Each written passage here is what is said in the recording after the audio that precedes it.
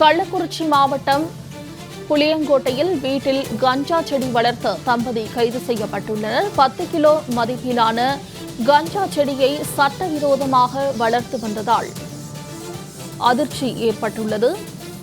வீட்டில் கஞ்சா செடி வளர்த்து வந்த தம்பதி கைது செய்யப்பட்டுள்ளனர். கஞ்சாவை வெளி மாநிலங்களுக்கு விற்பனை செய்து வந்ததாகவும் தகவல் வெளியாகியுள்ளது.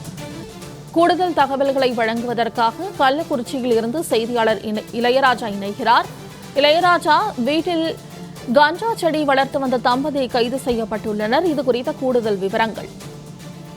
வணக்கம் மோனிஷா.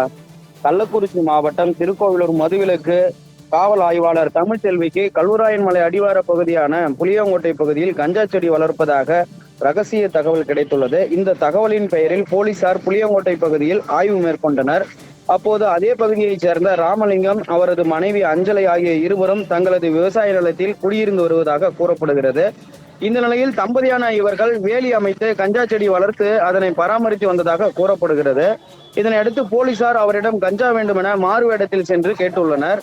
அப்போது அங்கு பயிரிடப்பட்டிருந்த கஞ்சா செடியை பறிக்க முயன்ற போது போலீசார் சுற்றி வளைத்து தம்பதியினர் இருவரையும் கைது செய்து அவர்களிடம் இருந்து 10 கிலோ கஞ்சா செடிகளை பறிமுதல் செய்து விசாரணை மேற்கொண்டு வருகின்றனர்.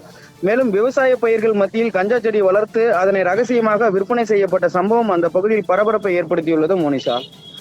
இளையராஜா, தகவல்களுக்கு நன்றி.